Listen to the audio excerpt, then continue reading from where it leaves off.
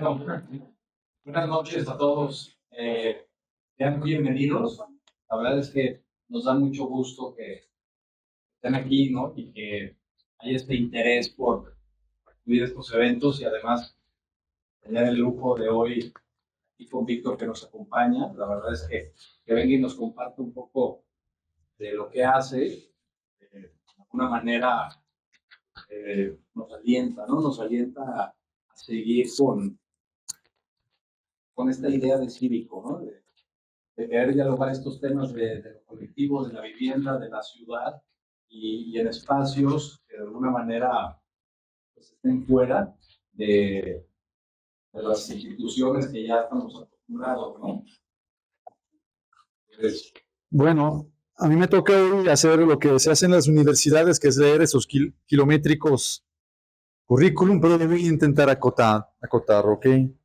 Entonces, Víctor Bergenichelli, Ciudad de México, estudió arquitectura en la Universidad Nacional Autónoma de México y desde el inicio de su carrera colaboró con diferentes oficinas de la misma ciudad. Se graduó en 2008 y se integró a la Autoridad del Espacio Público. En 2011 se licenció, es maestro en vivienda colectiva por la Universidad Politécnica de Madrid y a concluir esos estudios se trasladó a Vaduz, Liechtenstein, para colaborar con una oficina que la verdad es impronunciable, pero creemos que colaboraste con esa oficina, Víctor. ¿Dónde trabajaste? Pues en proyectos de vivienda. En el 2013 regresó a México para integrarse al Instituto del Fondo Nacional de la Vivienda, al Infonavit, donde coordinó proyectos y propuestas para el mejoramiento de la vivienda social en el país. Después de colaborar con diferentes oficinas y de dar clase en diferentes universidades, en el 2016 decidió retomar su práctica personal y fundó Quiltro Polaris Arquitectura, que se estableció en Cancún para diseñar y construir. Desde entonces hasta ahora, Víctor ha tenido la oportunidad de desarrollar una práctica profesional que, a partir del dibujo, del contexto y de los procesos constructivos, atiende y cuestiona los problemas que presenta la situación actual. Muchísimas gracias por estar aquí con todos nosotros y nosotras. Y pues te cedemos la palabra, Vic, para que lo des todo. Gracias. Gracias. Gracias.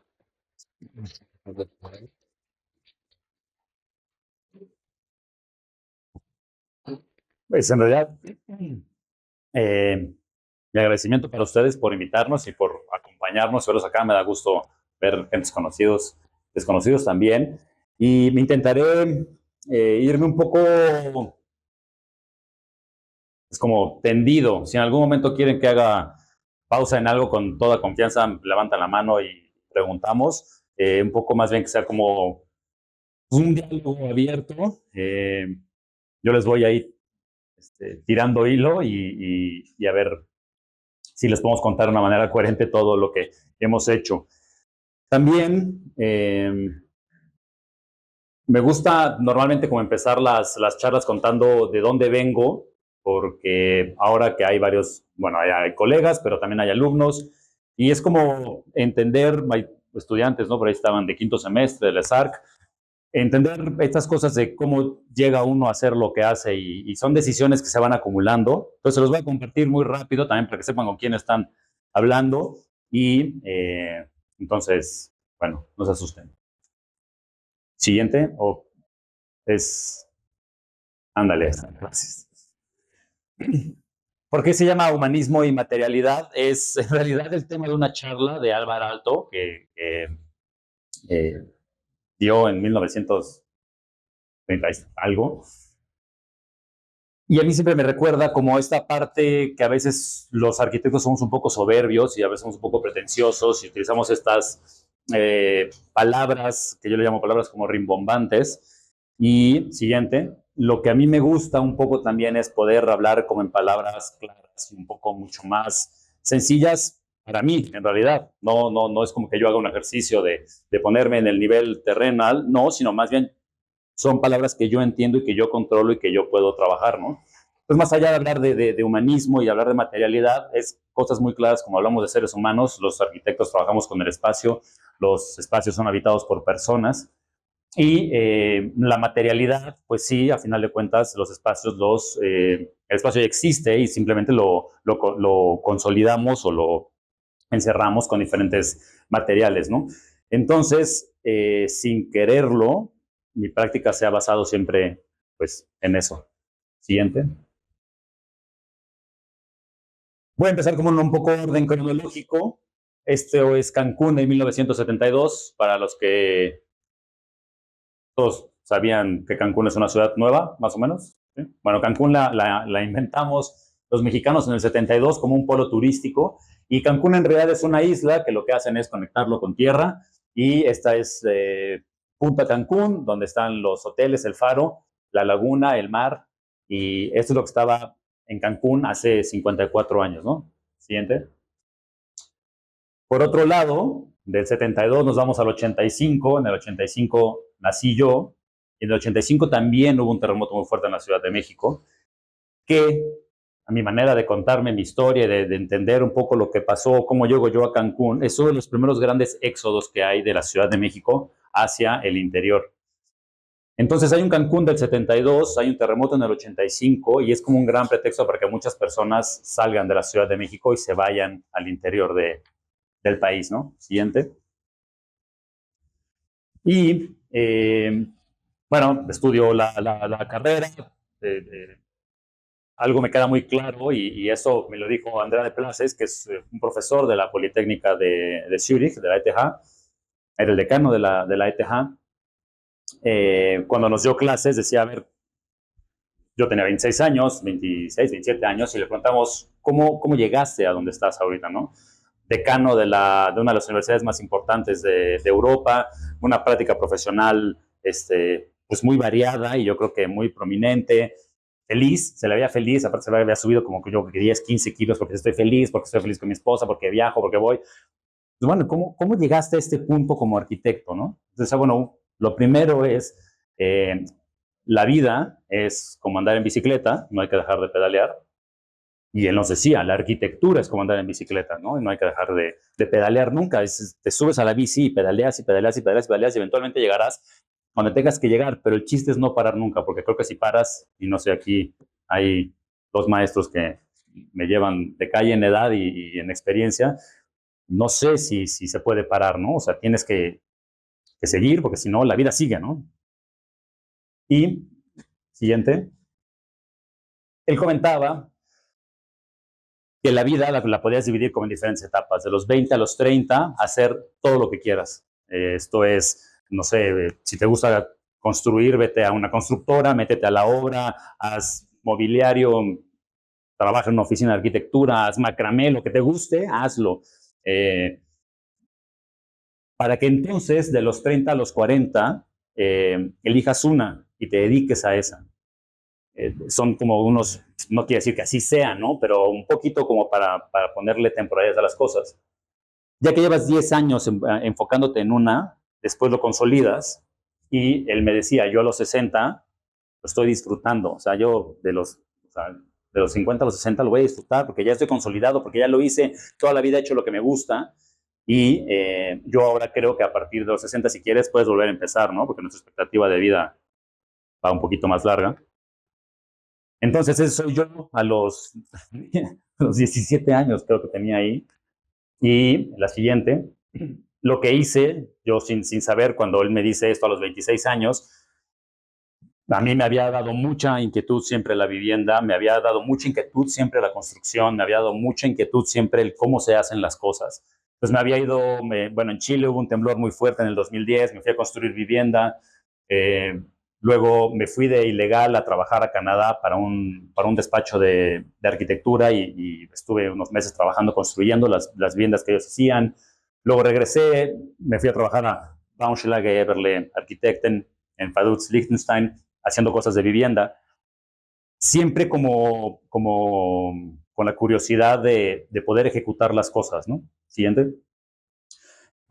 Y en un momento habíamos hablado de la plática que era de lo micro a lo macro.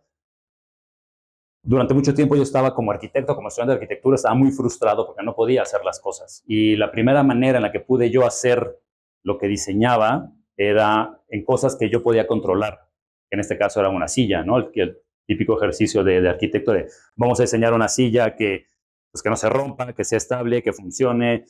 y era la satisfacción de poder ver materializado lo que yo había pues, imaginado, ¿no? Son 2 sillas que además me da mucha risa. Bueno, esta sale 4 sillas de una hoja de AAA y esta sale solamente una, pero ambas tienen 12 años o 14 años. Hay un par de prototipos por ahí y siguen funcionando en uso rudo, entonces, bueno, es también muy gratificante ver que esas cosas funcionan, ¿no? Siguiente. Luego, otra manera que teníamos de poder hacer las cosas era con cerámica.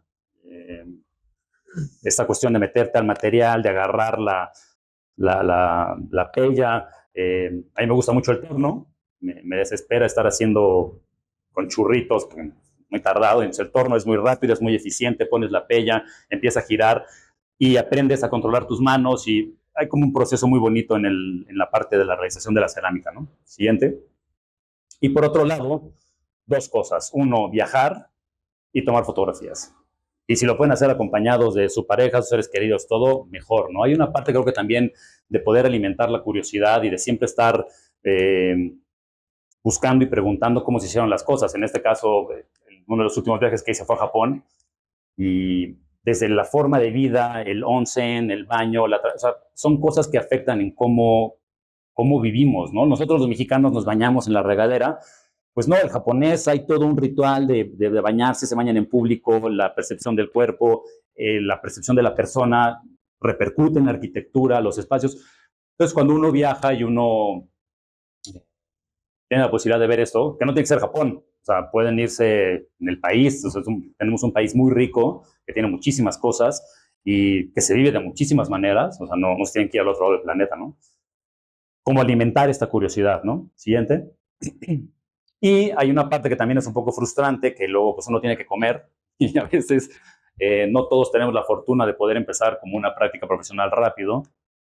Y a mí me tocó tener que entrar a esta parte del Infonavit, que también creo que fue una parte muy padre, estuvo muy divertido trabajar en la administración pública, porque vienes de trabajar en Europa, vienes de construir vivienda en Canadá, y llegas a México y te metes al instituto que financia la mayor cantidad de vivienda pública del país, que no necesariamente es la mejor vivienda, pero con una cantidad de dinero y de recursos y de infraestructura enorme, y pues entras como en escala de cómo puedes hacer las cosas, utilizar la normativa, las carencias que hay en normativa. Nos dimos cuenta, de hecho, con Manu hicimos un análisis de la normativa de los 300 municipios que más vivienda colocan en el Infonavit, y eran viviendas de los 70, eran normativas de los 70, normativas de los 80. Entonces, ¿cómo podemos seguir desarrollando vivienda con una normativa que está caduca, ¿no?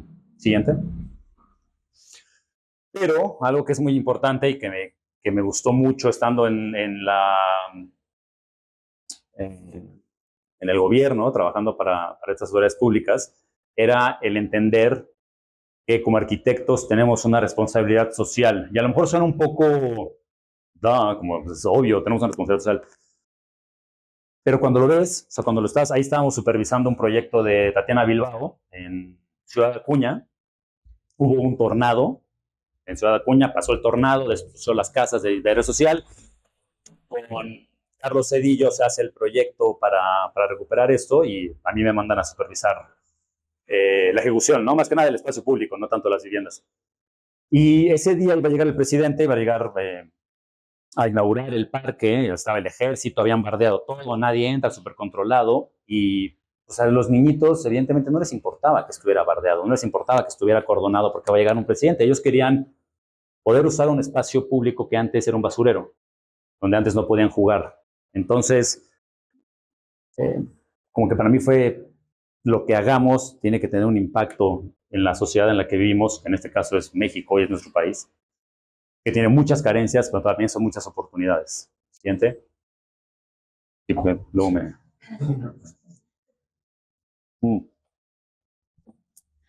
Siguiente.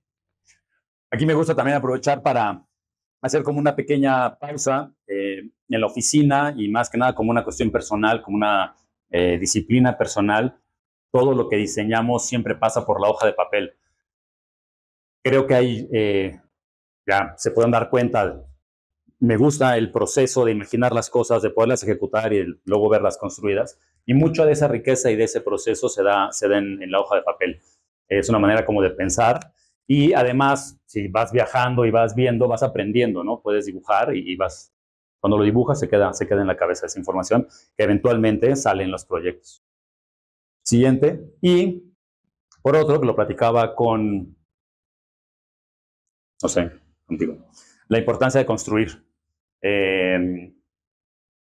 Creo que cuando uno tiene la disciplina de construir lo que proyecta, aprende de los errores y aprendes a no repetir las mismas cosas y aprendes también a diseñar con la limitante o las características del material que elijas. No es lo mismo trabajar con acero, para trabajar con concreto, que trabajar con block, que trabajar con tabique, que si es aplanado, o sea, cuando lo construyes y lo haces, también como que aprendes y esa información se va quedando y de alguna manera intentas o evitas repetir errores, ¿no? Que si nada más estás en el papel. Eso es lo que yo creo. Luego también es muy cansado y a veces es agotador, ¿no? La construcción. Siguiente. Siguiente.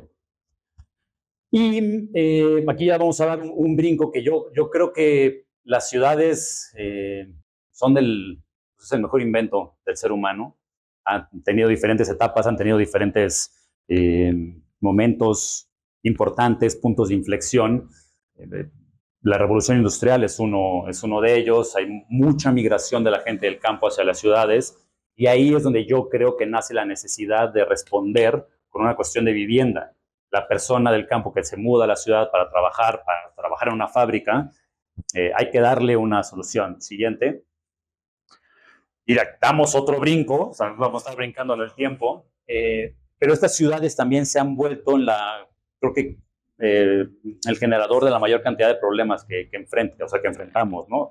En ese momento podemos hablar de hacinamiento, podríamos hablar de higiene, podríamos hablar de mala calidad, ¿no? Y entonces esto nos da que un movimiento moderno venga a decir, como, bueno, vamos a hacer las cosas con un cierto orden, con unas ciertas características, con una cierta normativa. Y son tres ejemplos. Uno que nunca se llevó a cabo, afortunadamente, que es el del Corbusier, al norte de París. El de Brasilia, que sí se llevó a cabo y que si algún día tiene la posibilidad de ir y de experimentarlo y de vivirlo, es una ciudad dura. No es una ciudad pensada. A ver, la ciudad responde a su tiempo, pero es una ciudad que hoy en día no se puede caminar. La parte central, que son este eje central, con todos los edificios increíbles y preciosos de Oscar, no puedes caminar de un edificio a otro.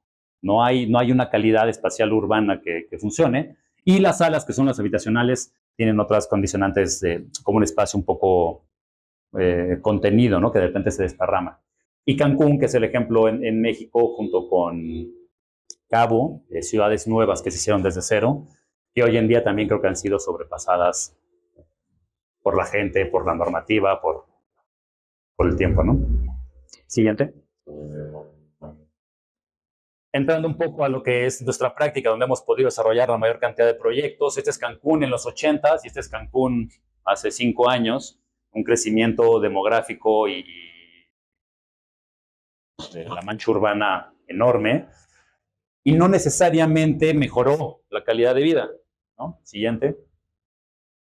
Todos los problemas inherentes que tenemos al crecimiento sociodemográfico de las ciudades dormitorio, el centro se queda vacío, la gente duerme en la periferia, movimientos en la mañana para ir a trabajar, movimientos en la noche para regresar a la casa, el centro está vacío en la noche, ¿no? Porque la gente se va, pero la ciudad periferia en el día está vacía, el costo de transporte para ir a tu vivienda, todos estos problemas que ya que creo que todos estamos familiarizados, del crecimiento desmedido de la mancha urbana, ¿no? Siguiente. Y entonces hay una parte que me gusta mucho que Josep Boigas dice en una charla en Medellín, que la ciudad es como una paella.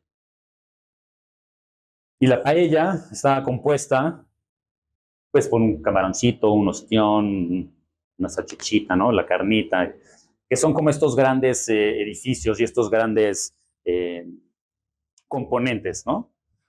Pero ¿qué es lo que verdaderamente amalgama la paella? El arroz. ¿Y qué pasa si el arroz está malo?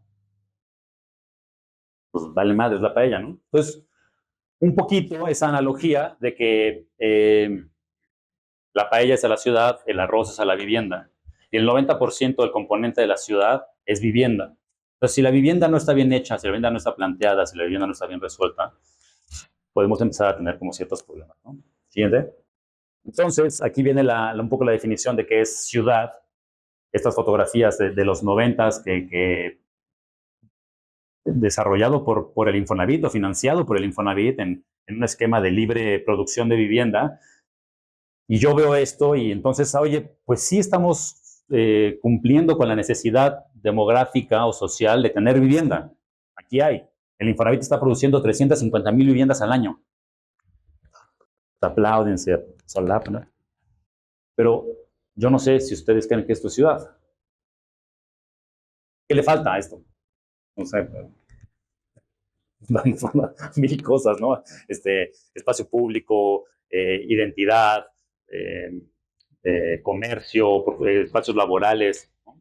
Lo siguiente, eso me lleva como a una reflexión de, bueno, yo no quiero formar parte de eso, yo no quiero desarrollar, yo no quiero expandir la mancha urbana de nuestras ciudades, yo no quiero solamente cumplir con un número de viviendas para que la gente tenga dónde vivir, viviendas que eventualmente van a abandonar porque no les sirve, porque les queda lejos, porque el costo de transporte es muy alto, porque no hay oportunidades de trabajo.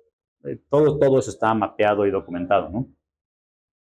Y yo les hago una pregunta, cada uno, para ustedes, ¿qué es una casa? Para ustedes, ¿qué es un hogar? A ver, Fofo, ¿qué es para ti una casa? Estás enfrentándolo como usuario, espacio de seguro. Yo creo que es eso. O sea, yo creo que todos podemos estar de acuerdo que la casa puede ser de una u otra manera, de uno u otro color, pero ese es el lugar donde te sientes cómodo, es el lugar donde te sientes seguro, es el lugar donde llegas y tocas base y estás, ¿no? Siguiente. Pero también hablábamos hoy en la mañana en el curso de qué se trata. Bueno, una cosa es la vivienda y está la vivienda unifamiliar y luego hoy en día hablamos de la vivienda colectiva. Y yo no sé si la vivienda colectiva es únicamente la suma de casa más casa más casa o de apilar otra casa encima, no sé si tampoco esa sea la solución. Y siguiente.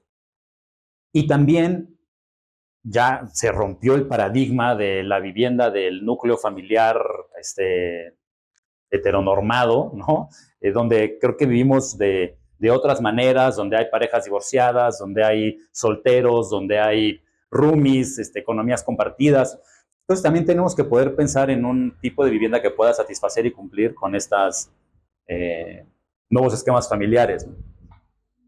Siguiente, vamos a salir de aquí todos bien. Bueno, vivienda, amor. Entonces, bueno, dentro de esta reflexión de la vivienda, ya es como que me gusta pensar que hay como 4 cosas que nosotros utilizamos. Yo creo que unas o la mayoría están ya sobrepasadas, pero siempre es bueno recordarlas porque, como hablábamos hace rato en el curso, y se los comento a ustedes, es importante saber de dónde venimos para entender en dónde estamos. O sea, un poco como el cliché de saber un poquito de historia, saber qué se ha hecho antes, saber qué se hizo, quién lo hizo, por qué lo hicieron, para entender en dónde estamos. Y entonces entendemos en dónde estamos y podemos criticar para hacer una propuesta hacia dónde queremos ir. Y uno es, bueno, Louis Kahn, que hablaba de los espacios servidos y sirvientes, un poco la parte de, bueno, que esas tipologías lo hemos podido cambiar, pero siempre el baño es el baño, ¿no? La cocina es la cocina, no el lugar como tal, la actividad donde desarrollas el aseo, donde desarrollas la cocina. Entonces, con los espacios sirvientes y los espacios servidos. Y eso de repente también leyendo como con Habraken, que es la teoría de los soportes, donde tú puedes concentrar todos los servicios y las instalaciones para permitir un espacio que el usuario pueda apropiarse. También como cuestionando esta cuestión del modernismo, de pues todas las casas son iguales o todos vamos a ser así estructurados, ¿no? No lo sé, a lo mejor creo que hay una cierta libertad que tenemos que poder dejar a las personas para que ocupen ese espacio con un cierto orden. Y con Everle hablábamos del 200, 100, 50, 25, 10. Esos números son años que repercuten en el tiempo las decisiones que nosotros como arquitectos tomamos con respecto a 200, el entorno urbano, ¿no? Entonces, ponemos el ejemplo, alguien llegó hace 500 años a la Ciudad de México y dijo, aquí va a haber una plaza de 200 por 200 y es el Zócalo. Y esa decisión urbana de esa persona repercute en nuestras vidas hoy. En Guadalajara pasa lo mismo, en Cancún fue hace 50 años, ¿no? 100 es la estructura, la manera en la que construyes tu edificio que pueda perdurar en el tiempo. Arquitectos como, Jean Lacaton, que dicen no hay estructura más sustentable que la que no tenemos que tirar para construir de nuevo. Entonces, si nosotros podemos hacer una estructura 100 años, que está bien emplazada en la ciudad, que se vincula bien con la ciudad, es muy probable que no tenga que ser destruida y que se pueda adaptar para diferentes usos. Ahí es donde entra el 50, que la 50 es la envolvente. Cómo se vincula esta estructura, cómo se protege esta estructura del entorno ambiental en el que se encuentra. Si estamos en la Ciudad de México es un clima, si estamos en Cancún es otro, si estamos en Guadalajara es otro, si estamos en Córdoba seguramente será otro, ¿no? Entonces, tenemos que ser conscientes de las decisiones que tomamos porque eso va a repercutir muchísimo en el tiempo. 50, la envolvente, 20 es la tipología. Yo no quiero vivir como vivían mis abuelitos, ¿no? Aunque luego hay unos revivals y nos gusta regresar a las buenas tipologías, normalmente hay como cambios generacionales en la forma de vivir. Y 10 son los materiales. Cada 10 años cambiamos de pintura, de refrigerador, de cosas. Y con Everle decía, bueno, estas tres, el 200, 150, son las que como buenos arquitectos, o si queremos ser buenos arquitectos, ser buena arquitectura, en la que nos tenemos que enfocar. Las otras dos, cualquier persona con un mediano criterio puede resolverlas bien, pero las primeras tres hay que poner mucha atención y tener mucho cuidado, ¿no? Y todo esto evidentemente está dentro de un contexto que es cultural, ¿no? No es lo mismo Italia, no es lo mismo que México, no es lo mismo que Argentina, todos tenemos variaciones culturales, aunque compartimos cosas, y peor si nos vamos a Japón, si nos vamos al mundo árabe, si nos vamos a... Entonces, todo eso siempre dentro de un marco cultural y contextual, ¿no? Siguiente. Y bueno, esto nos ha dado, es un poco como funciona mi cabeza o como he intentado encontrar el sentido de esta práctica que creo que soy muy afortunado de poder hacer, que disfruto muchísimo, porque puedo ahora ver construido lo que alguna vez me imaginé, pero a escala, así, no sillita, sino como sentir el espacio y aprendes y te das cuenta y dices, puta, ¿por qué hice esto? Y ya luego cuando les toque vivir en las cosas que diseñan, no sé, de repente abres la puerta y ¿quién fue el pendejo? Tú, no hay otro, eres tú el que hizo la decisión, ¿no? Entonces, siguiente.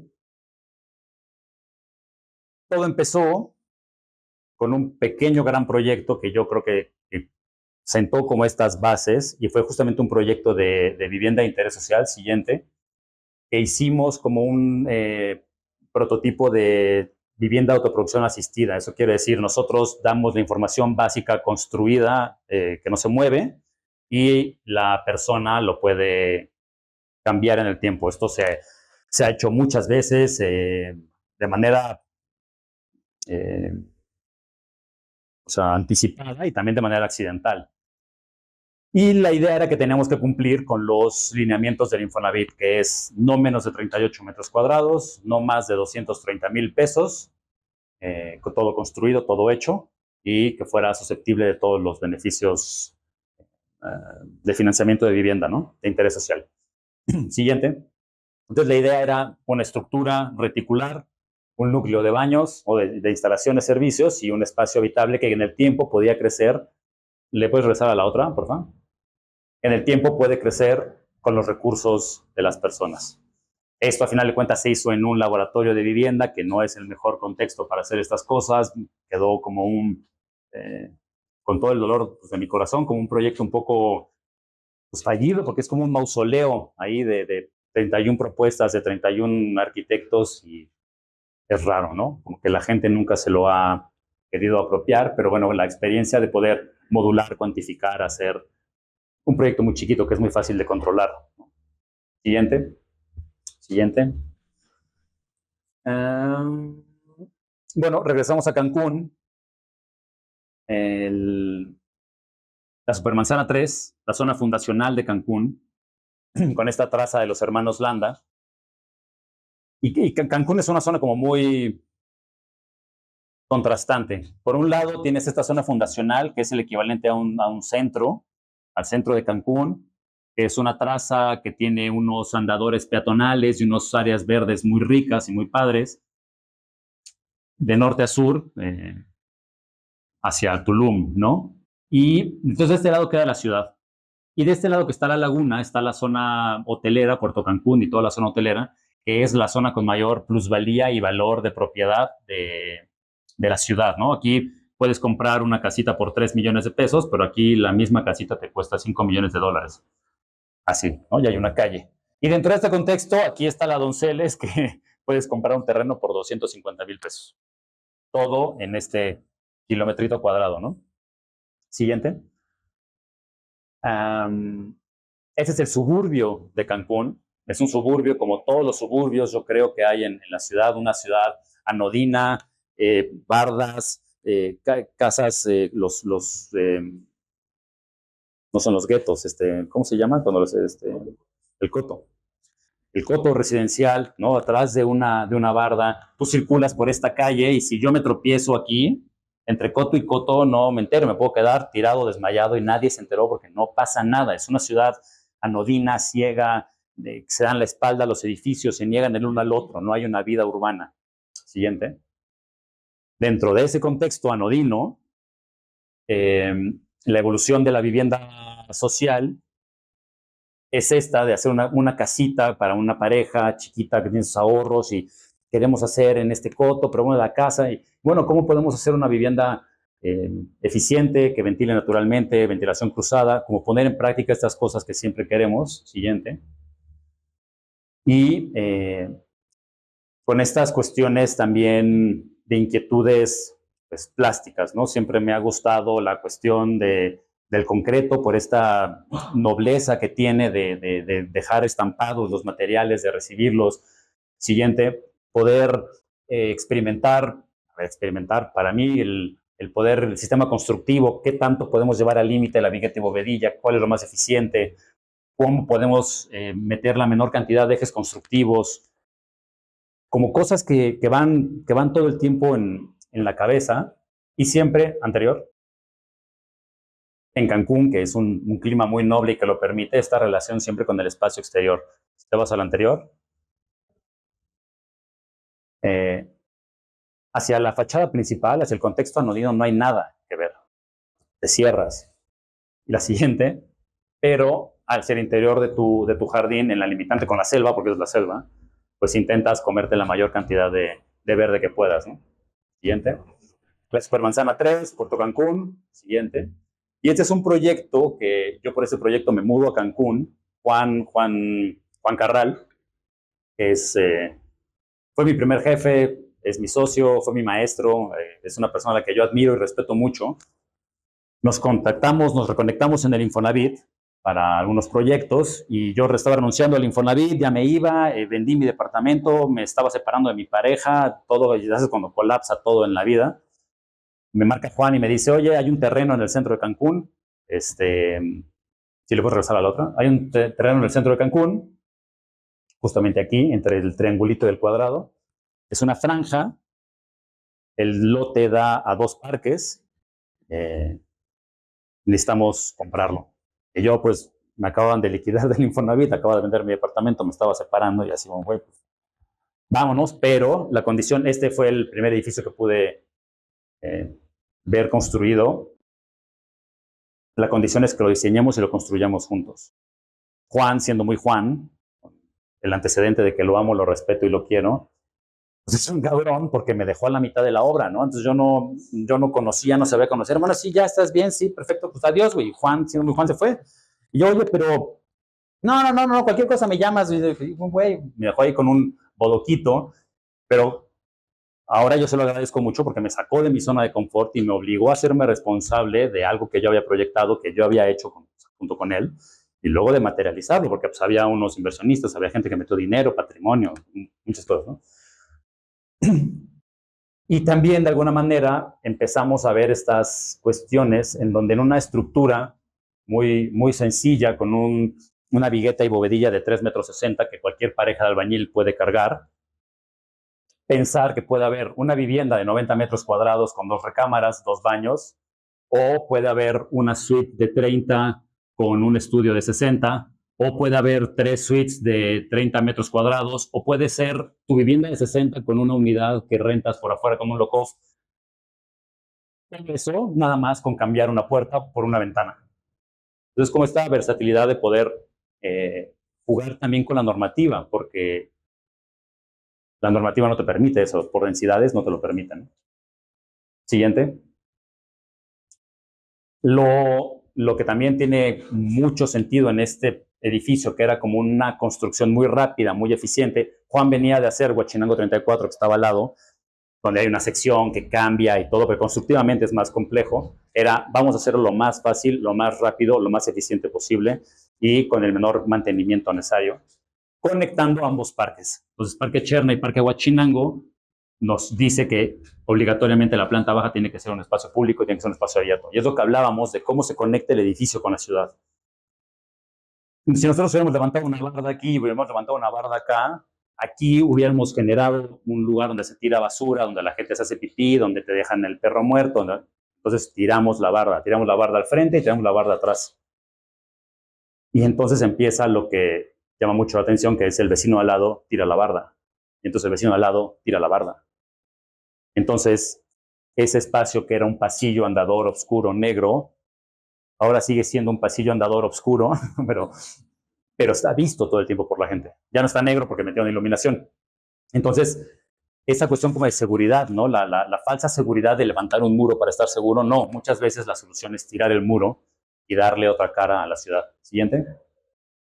Son los 2 parques, Cancún, el mar, Huachinango 34 con su cambio de sección. Siguiente. Y bueno, este edificio que es muy sencillo, constructivamente eficiente, nos fuimos ahí muy rápido.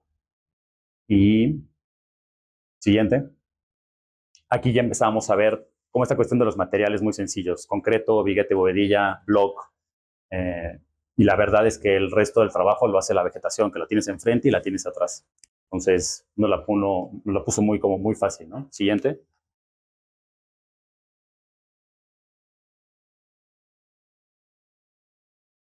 Por azares del destino tuvimos la oportunidad, a través de ese edificio ya terminado, de llegar con unos desarrolladores que querían hacer una torre en Punta Nizuc.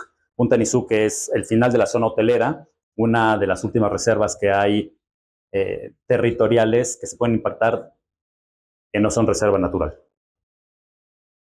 Y habían visto ya con varios arquitectos, que es un colega que además estimo mucho, pero que había tenido este problema que él había partido. El cliente le dice, yo quiero tener 6 tipologías distintas. Mi colega lo que hizo fue hacer 6 tipologías distintas y luego intentar agruparlas por piso, porque pues este piso tenía 6 de una, este tenía 4 de dos, ¿no? Pero evidentemente nunca iban a casar, ¿no? Entonces lo que nosotros hicimos en este edificio fue resolver el 200, que es, cambiamos todos los macrolotes, porque antes las torres eran paralelas, entonces yo ponía una torre aquí y la siguiente torre se ponía acá. Cuando yo abriera mi terraza de 30,000 millones de pesos, lo que iba a hacer era ver al vecino. Entonces lo primero que hicimos fue girar a 45 grados y desfasar para que todos tuvieran esta vista por lo menos franca, sin tener que ver al vecino. Resolvimos el 200. Luego resolvimos el 100, que era la estructura, porque el estacionamiento no entraba. Entonces resolvimos el estacionamiento, la estructura. Y resolvimos la envolvente. Hicimos que la fachada fuera portante, porque la pusimos suroriente-norponiente, te proteges del sol, y entonces con cristales anti-huracán estás protegido. La tipología y los acabados fue como, vengan, o sea, resuelvan ustedes con quien quieran. Seguramente van a resolver mejor, mejores materiales, y sí, así lo hicieron y quedó muy bien. Siguiente.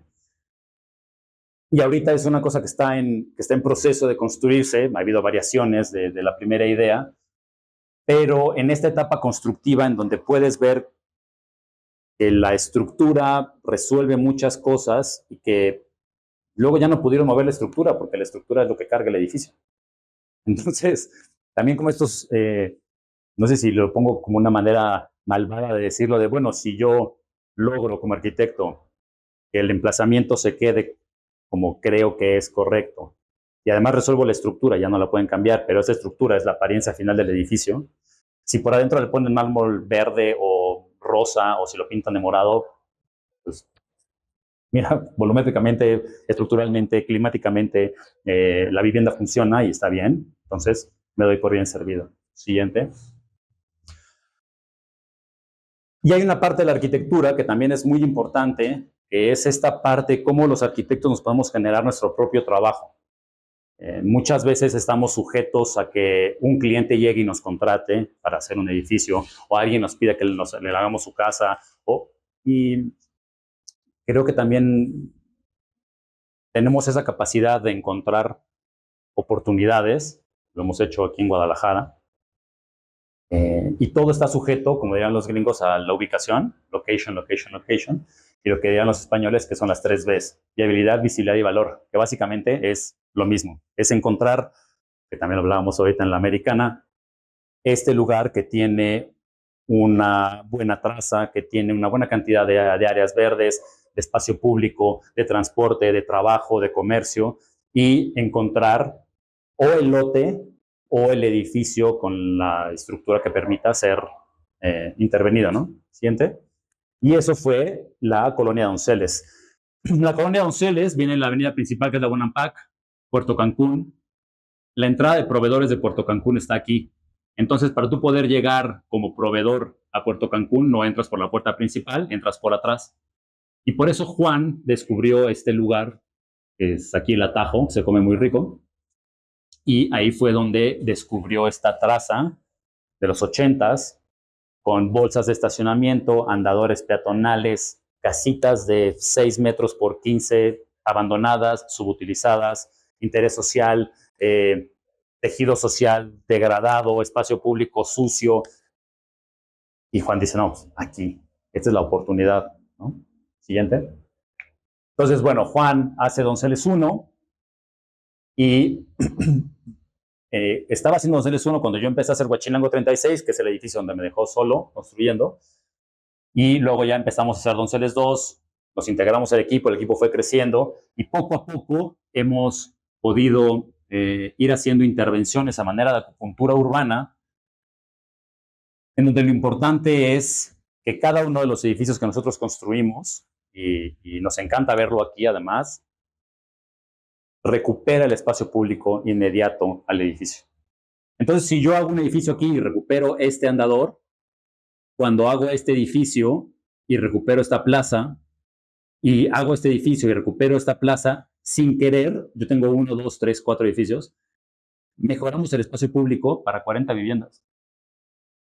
Cuando haces eso, estás obligado sí o sí a ir puerta por puerta, señora por señora. Buenas tardes, doña Norma, fíjese que vamos a hacer esto, vamos a levantar el adocreto, pero vamos a poner iluminación. Y entonces conoces al vecino, pero es que don Jesús no quiere, porque ya me acuerdo, y te cuentan su historia y toda su vida. Entonces vas con don Jesús, y entonces con el pretexto de recuperar el espacio público, para que una inversión tuya se mantenga valor, conoces a todos los vecinos. Y entonces formas parte de la vecindad, del vecindario, por así decirlo. Entonces retejes sin querer, empiezas a retejer estas relaciones sociales que muchas veces están degradadas. Siguiente. Bueno, eso es lo que hemos trabajado en Donceles en los últimos, vamos ya para 10 años. Este es Donceles 1. Y bueno, hemos ido haciendo y recuperando en el tiempo, ¿no? Siguiente. Un poco regresamos a esta fotografía de la responsabilidad social, en donde esto parece como anuncio de partido político, ¿no? De bienestar social.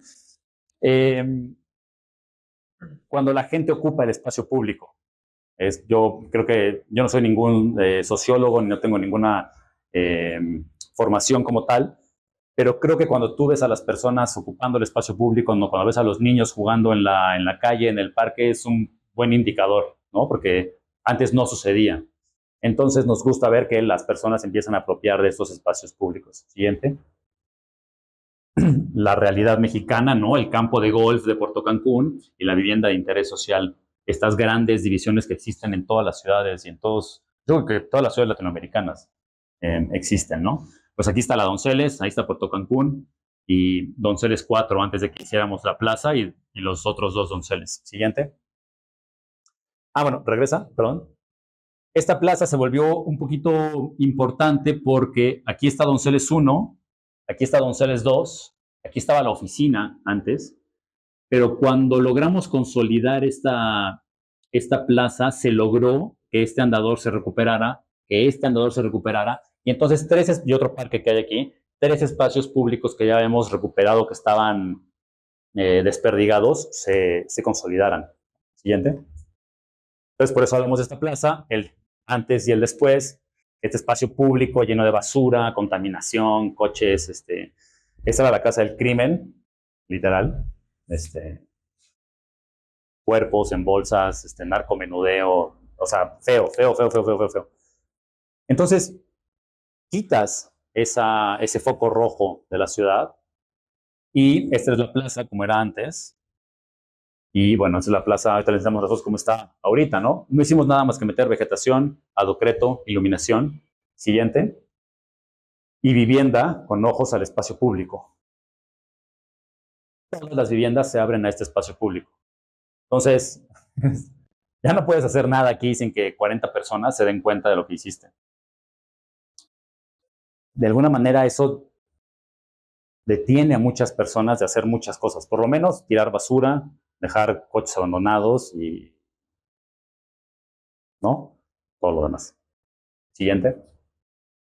Esta es la plaza como está ahorita, ya consolidada. Gutiérrez aquí se tomó unas mezcalinas, ¿no?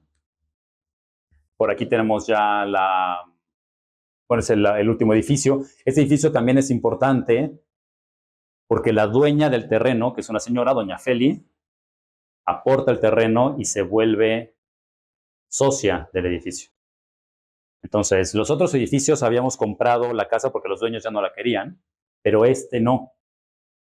Doña Feli nos dice, oigan, yo les aporto el terreno, yo no quiero vender el terreno, a mí no me interesa vender el terreno. Y entonces, pues, va, se tasa, se ve cuánto corresponde, se acuerda un porcentaje, y la señora Feli ahora es socia de eso. Entonces, si antes rentaba su casa en 5,000 pesos, pues a lo mejor ahora recibe 10, 12, que es el 10% de lo que genera uno de estos edificios. Siguiente. La misma planta, estructura sencilla, centralización de servicios, circulaciones. Siguiente. Un poco cómo empezamos a jugar en sección y con la normativa, buscando el huequito legal para poder meter 2 niveles cuando nada más debería ser 1, ¿no? Siguiente. Siguiente. Jugar con la sección para poder tener estos cambios de percepción espacial. Constructivamente, este es mucho más complejo que el otro, pero también espacialmente es mucho más amplio. Es una cuestión muy rara que en la diagonal, en el desfase de la sección, si yo entro por aquí, mi diagonal aquí es esta, pero si yo desfaso, esta diagonal es más larga, visualmente nada más. Y si además entro en diagonal, esta diagonal es todavía más larga. Es una cuestión como que de amplitud. Los metros cuadrados son los mismos, pero se siente mucho más amplio. Siguiente. Siguiente. Y bueno, siempre la relación con el espacio público, plantas bajas activas en relación directa con la ciudad, con lo que sucede aquí. Aquí se inunda. Entonces, si se inunda, no afectas a una vivienda, no afectas la casa de alguien. Eso creo que es muy importante. Y estos juegos que también de altura, ¿no? Todo el tiempo buscar las alturas y medias, no la doble altura necesariamente. Soluciones constructivas sencillas, el bloque como celosía, te protege del sol, te protege de la lluvia, ventila naturalmente, las escaleras tienen ventilación cruzada, materiales sencillos, esta es madera de pino, redondo de acero para hacer los barandales, también como estas cuestiones de materiales que puedan resistir en el tiempo, la diagonal de la vivienda en sección y la versatilidad, ¿no? Aquí, cuando terminamos el edificio, esta era mi casa y aquí vivía yo con mi novia, y aquí vivía Pato, que es otro de los arquitectos con los que diseñamos. Mismo espacio en espejo, pero habitado completamente distinto, ¿no? Ellos sí tenían su maquita y muy padre, la verdad. Siguiente. Y otra vez, la plaza no estaba terminada, el edificio estaba medio en obra, y los niños ya estaban ocupando el espacio y jugando, ¿no? Aquí no voy a ahondar mucho, porque ya lo fuimos a ver, lo metí para los que están participando en el curso de regeneración, no, ¿cómo se llama? No restauración, reciclaje, de reciclaje y renovación. Es un proyecto que tuvimos la oportunidad de hacer en colaboración con Manu, con el equipo de Manu, en la calle de Colonias, donde hay otro proyecto muy bonito. Siempre no deja de sorprenderme, en el centro de Guadalajara. Y la idea era, ¿cómo podemos tomar un edificio que ya existe, que está en la trama urbana, dentro de la ciudad, con acceso a infraestructura, trabajo, locales comerciales, todo lo que hemos venido hablando, sin demolerlo? Uno, porque si lo demolemos, perdemos la edificabilidad que tenemos. Dos, porque está protegido por patrimonio. Pero, ¿cómo lo podemos transformar en un pequeño edificio de vivienda colectiva? Ya definimos, ¿no? Siguiente. Entonces, básicamente era una vivienda unifamiliar, sótano, bodega, garage, estancia, el despacho del patrón, recámaras, azotea. No existía, no había nada. Entonces nosotros lo que hicimos con Manu, ahí de repente un poco viendo, limpiando ahí como arqueólogos cómo iba saliendo la casa y qué se podía hacer y qué no, dijimos, bueno, planta baja, la articulación con la ciudad tiene que ser un local comercial. Este va a ser el vínculo para poder entrar al edificio y llegar a las otras dos viviendas. Esta vivienda se accede desde la calle, una estancia comedor a altura y media, recámara en altura normal, hace sentido. Lo que era la planta de las recámaras se convierte en otra vivienda y hacemos una ampliación. Una ampliación que creemos nosotros es como, será muy sencilla, 2 vigas IPRs, unos cuadras de madera y como la abstracción de la vivienda, la solución del techo. Y pues el cerramiento podría ser una ventana, podría ser una puerta, podría ser lo que fuera. Siguiente. Y entonces en compañía de Jessica y de Manu, en el cuidado de poder resolver eso constructivamente, vete a conseguir las gualdras, que encontramos 13, pero son 17, pero necesitamos 2. Y la relación también de poder respetar el edificio con la ampliación. Entonces este retranqueo, que no solamente genera una terraza, sino te separa del edificio existente y pues como que se esconde un poquito. Si regresas 2 hacia atrás, o sea, no estamos intentando ocultar que ahí está la ampliación. Simplemente es como un respeto de decir, esto estaba antes que nosotros, ¿no? Y todo lo demás fue básicamente recuperación de cancelerías, aplanados, cambiamos instalaciones. Bueno, y este árbol, ¿no? Siempre la relación con la naturaleza es muy, muy noble. Siguiente. Como el tema de la conversación era de lo micro a lo macro, en este crecimiento y ejercicio de que la casa es una pequeña ciudad y la ciudad es una gran casa, y que la ciudad, además de todo, es como una paella, ya hablamos del 90% en cómo creemos y cómo nos gusta enfrentar el problema de la vivienda, pero también hemos tenido la oportunidad de poder trabajar en estos camaroncitos y en estos ostiones en ciudades pequeñas del país con proyectos de infraestructura y recuperación de espacio público un poquito más grande, ¿no? Entonces, siguiente, son 2 ejercicios que hicimos en la ciudad de Candelaria y de Escárcega, dentro del marco de un programa de mejoramiento urbano. No voy a entrar en temas políticos, podemos criticar muchas cosas, podemos cuestionar, yo cuestiono muchas cosas, pero creo que hacía mucho tiempo que no se hacía una inversión tan grande en proyectos de infraestructura, que sí creo que nuestro país hacía falta, ¿no? Entonces, cuando se presenta la oportunidad de hacerlo, Juan un poco no quería, era pandemia, era 2020, estamos justamente en plena pandemia, estaba todo muy convulso, no sabíamos nada, estábamos indecisos y fue como, oye, a ver, no sé cada cuánto pasa esto, cada 60 años, cada 50 años, no sé, vamos a hacerlo porque siempre decimos que, o sea, llegamos a un edificio, ya sabes, el típico auditorio que hace el gobierno, ¿quién fue el pendejo que hizo eso? ¿Y por qué no le marcaron a alguien para que lo haga bien? Siempre decimos eso, bueno, tenemos la oportunidad de hacerlo, actuemos en consecuencia y seamos responsables y hagámoslo, ¿no? Entonces, bueno, Escárcega, Candelaria. El primero era un salón, bueno, un auditorio que tenían, y lo padre de este auditorio siguiente es que está justamente en el centro de Escárcega. Este es el Palacio Municipal, que tiene unas arcadas.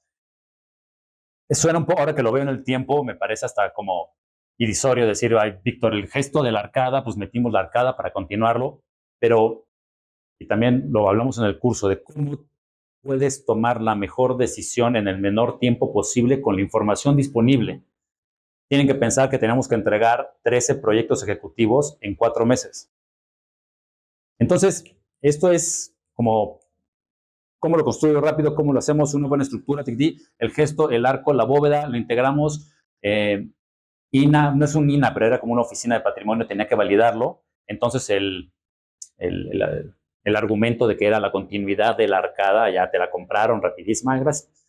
Lo hicimos, pero lo importante no era este auditorio que se convirtió en un salón de usos múltiples, sino era la recuperación de este espacio público, el cual Manu y su equipo le entraron con pasión y vehemencia. ¿Cómo le dices al constructor que no demuela los árboles, o sea, que no tale los árboles, porque ellos llegan ya en tabula rasa? ¿Cómo hacemos un pavimento que sea lo más sencillo, que se pueda hacer, como loguemos todos los proyectos? Y entonces la oportunidad de poder recuperar un gran espacio con un auditorio que se abre a ese espacio y une las dos ciudades, las dos calles, perdón. Iluminación natural, también cómo intentamos meter la mayor cantidad de iluminación natural, espacios que centralizan el guardado, aquí pasa, hay aire acondicionado, ¿no? Pero aquí pasa el aire acondicionado, el guardado, las sillas, cuando queremos que sea auditorio, para aquí salen las sillas, aquí está el aire acondicionado, pero iluminación natural. Siguiente. Y una casa de la cultura, que esta casa de la cultura, más allá de la forma en herradura, que puede o no gustar o que no quería, la solución era poder integrar este patio central con un gran malecón, siguiente, con un gran malecón que acompañaba todo el río Candelaria. Entonces, esta Casa de la Cultura era el final de un malecón que, si seguías, conectaba con el cruce del tren y el Palacio Municipal. Lo que teníamos que hacer únicamente era poder meter ese malecón a la Casa de la Cultura. El malecón también lo hicimos nosotros. Siguiente. Y la idea del malecón es, el río no lo puedes tocar. El río es federal, la calle es municipal. Entonces, nosotros queríamos hacer una alberca dentro del río. Pues no puedes porque necesitas un poder federal. Entonces dijimos, bueno, si nosotros socavamos esto y permitimos que el río entre, no la alberca sale, sino el río entra, ¿eso se puede? Ah, sí, o sea, porque de aquí para acá es federal. Si el agua entra a lo municipal, pues ya entró a lo municipal. Ah, bueno, pues socavamos y aquí se llena de niñitos cuando el río sube y están ahí jugando, es un remate, hace un calor y una humedad terrible, y por lo menos los niños no se los lleva el río, ¿no? Entonces era la excusa de una casa de la cultura, un espacio cultural con un espacio público para que la gente pues camine por el malecón. Y la última noticia es que el presidente municipal quería usarlo de nuevo Palacio Municipal. Entonces ahí entramos con la cuestión de una estructura flexible. Lo pensamos como una casa de la cultura, con una biblioteca, unos talleres, pero es de alguna manera versátil, que permite que pueda ser un Palacio Municipal. ¿Entiende? Terrazas con relación siempre al río, iluminación indirecta. Siguiente. Y que es la clínica. También la clínica es algo muy ambiguo decir la clínica. Si tú quieres hacer una clínica, tienes que cumplir con toda una serie de certificaciones que tiene que dar el IMSS, que tienen que dar las diferentes cosas de salud del país. y no teníamos tiempo. Entonces lo que hicimos fue, vamos a cumplir con el programa que ustedes nos están pidiendo, lo vamos a poner aquí. Era un terreno de todos, era el más chiquito. Ya habíamos construido, estaba construyendo el auditorio, entonces el sistema de Simbra que habíamos diseñado lo podíamos mover porque era la misma constructora, pero no tenemos ninguna certificación y no la vamos a tener para el momento en el que ustedes lo necesitan. Entonces, programáticamente, instalaciones, estructura, las cosas de rayos X con sus muros de plomo, lo tiene. Pero, pues ustedes ya hacen el trámite para certificarlo, ¿no? El problema también que tenían es que no había personal. Entonces, bueno, hicimos esta clínica, estaba el COVID, ventilación, tenías que tener ventilación natural. Entonces hay una parte como de un quirófano que es muy cerradito, que no es un quirófano, es una sala de operaciones, pero todo lo demás ventila el aire naturalmente y corre naturalmente. Y tienes un bloque de servicios que enfermerías, bodegas, todo, puedes entrar a las diferentes peinetas, ¿no? Y desde el espacio público puedes entrar aquí a través de unos patios. Siguiente. La ciudad de Candelaria y de Escárcega están en el corazón de Campeche, rodeados de selva, son muy húmedos y hace muchísimo calor. Entonces, lo mejor que puedes hacer en esos climas es dejar que el viento corra y protegerte del sol. Teníamos que hacer un vestíbulo donde cupieran 75 personas. ¿Por qué? Porque así lo pide el programa. ¿Cómo haces eso? Energéticamente es absurdo, es todo. Entonces, el mismo sistema constructivo hacia la ciudad se vuelve este gran vestíbulo exterior que te recibe, te protege del sol y te articula, siguiente, hacia las diferentes áreas a través de unos jardines, ¿no? Siguiente. Siguiente. No, a ver, vete hacia atrás. Hay una cosa que aquí se nota y entra la importancia de poder construir lo que diseñas. La bóveda arranca en un muro de 20 centímetros de espesor de concreto y termina en un muro de 20. Pero constructivamente y por cuestiones también de material, lo lógico hubiera sido extender los 20 centímetros, pero lo que hace la bóveda es adelgazarse, va de 20 centímetros a 8. Entonces, pues trabaja con presión, arriba no necesita peso, eliminas cantidad de material y bueno, y haces que la cosa funcione, ¿no? Entonces, aprendes cosas, ¿no? De cómo funciona, yo no me acordaba, bóvedas de cañón, cómo funciona la bóveda de cañón. Entonces, ahí vas a buscar tu librito. Y ya, y el ingeniero te lo resuelve, ¿no? Siguiente. Y el otro proyecto que tenemos de recuperación y de regeneración es que era una cancha de usos múltiples. En el absurdo de la gente que te pide que tires una cancha de usos múltiples para hacer una cancha de usos múltiples. Entonces es como, ¿por qué tengo que tirar algo que ya existe y que además funciona? Lo único que no funcionaba era el techo, que estaba a 2 aguas, y estaba a 2 aguas, era muy oscuro y era muy caliente. Entonces en el día no lo podían usar porque los niños se desmayaban deshidratados. Historia verdadera. Pero tenían un suelo de duela de esta antigua, de cancha de básquetbol de toda la vida. Entonces lo que acordamos con ellos era que si aquí teníamos, no sé, 15 millones de pesos, únicamente íbamos a renovar toda la parte que sí funcionaba, cambiar el techo y el excedente del presupuesto llevárnoslo a otro proyecto donde sí hacía falta, que era el de la clínica. Entonces, bueno, negociamos eso. Siguiente. Y lo único que hicimos básicamente fue recortar el techo a 2 aguas y sustituirlo por unos dientes de sierra que se abren hacia el norte, meten iluminación natural, permiten que el aire caliente salga, limpiamos todas las celosías, entonces el aire caliente sube, se lo lleva a la ventilación cruzada y extendimos la plaza para que los jóvenes que lo usan, aquí enfrente había otra cancha, tengan en donde estar entre juego y juego. Entonces era como, pues ya abres ese espacio público, ¿no? Siguiente. Y aquí es muy obvio, ¿no? O sea, esto es lo que ya estaba construido. Lo único que hicimos fue recortar el muro. Como esta modulación es preexistente y esta no tiene que ver con esta, metemos una cadena de es una trave de concreto que lo que hace es recibir todo el peso y distribuirlo, homologarlo en todos los muros de carga, ¿no? Y listo. Entonces pasa de ser un espacio cerrado, oscuro, medio tétrico, raro, a un espacio que sin, durante el día, un costo de luz, pues está iluminado todo el tiempo, ¿no? Entonces, sin luz, pues, sin luz eléctrica. Siguiente. Y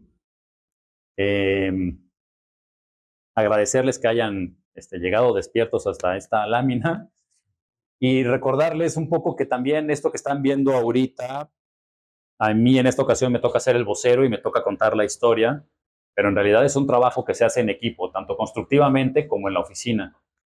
Entonces, me gusta siempre terminar con estas fotografías porque todo lo que hemos tenido la oportunidad de hacer no lo hemos hecho solos. Y lo hemos hecho porque contamos con un equipo que hemos construido, que hemos ahí amalgamado. Somos los mismos constructores desde hace 7 años con los que trabajamos.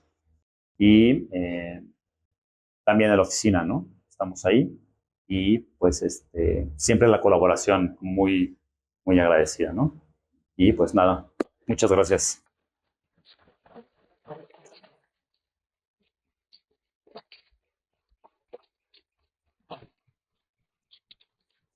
No sé qué procede, tienen preguntas, ¿me dan chance de ir por agua? Te roban todo esto.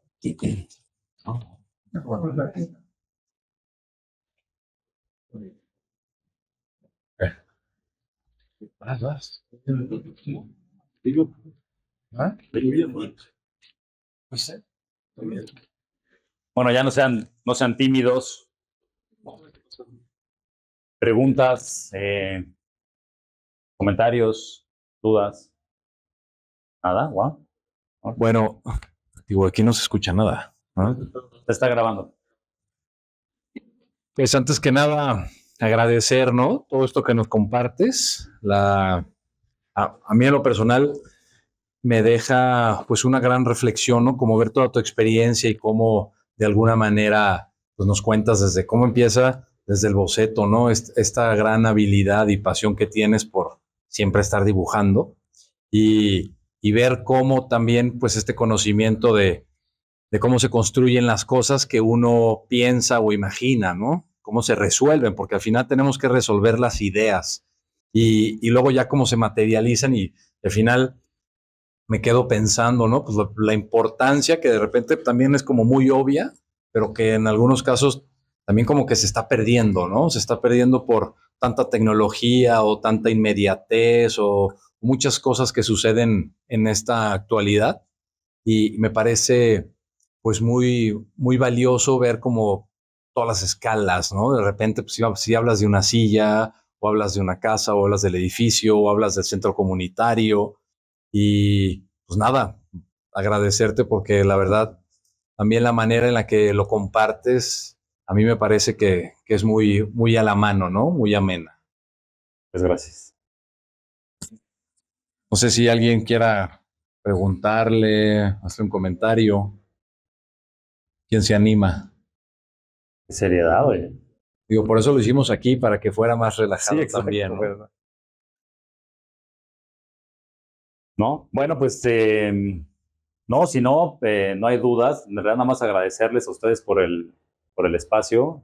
Creo que hacen falta espacios así, por lo menos en Cancún nos hacen falta varios, pero qué bueno que aquí se empiezan a abrir. En Querétaro ya hay algunos. Aquí en Guadalajara siempre hay mucho movimiento. No saben qué envidia les tenemos en Cancún a los de Guadalajara.